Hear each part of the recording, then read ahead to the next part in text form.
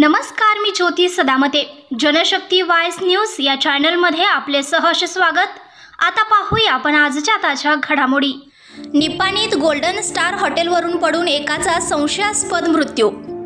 निपाणी येथील राष्ट्रीय महामार्गाजवळ असलेल्या गोल्डन स्टार हॉटेलमध्ये कामाला असलेला व निपाणी येथील भीमनगर 3री गल्लीमध्ये वास्तव्यास असलेला किरण गणपती बिर्डेकर उर्फ कांबळे वय वर्ष 43 या तरुणाचा इमारतीवरून तोल जाऊन संशयास्पद दुर्दैवी मृत्यू झाला आहे.